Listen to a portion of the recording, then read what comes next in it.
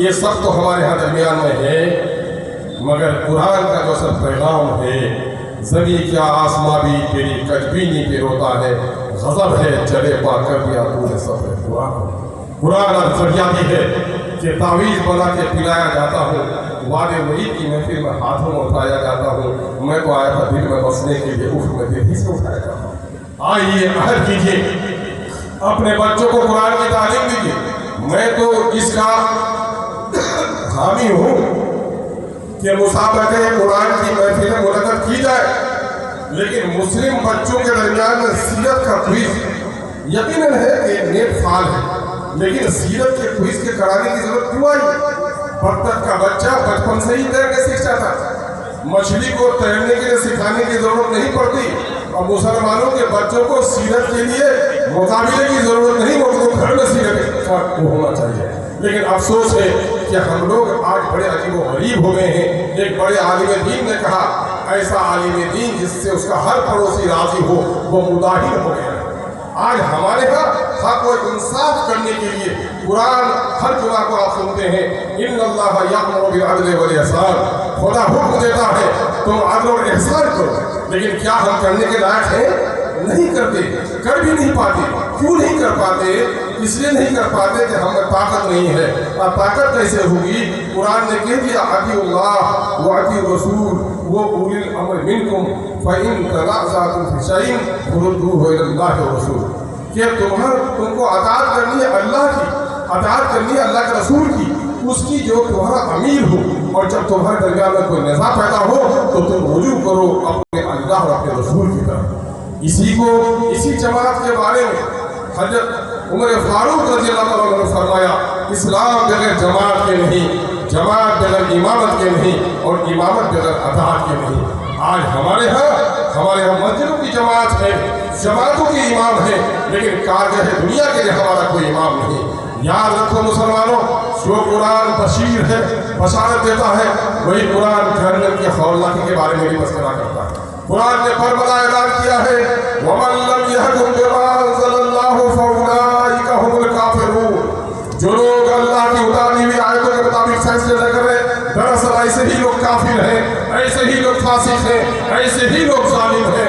میرے بھائی، نبی مکرم صلی اللہ علیہ وسلم کے صحابہ اور ابو لہب ابو جہل کے شکل و شبہات میں کوئی اور زیادہ فرق نہیں تھا، لیکن یہ قرآن کا حامل تھا، دوسرا قرآن کا منکر تھا۔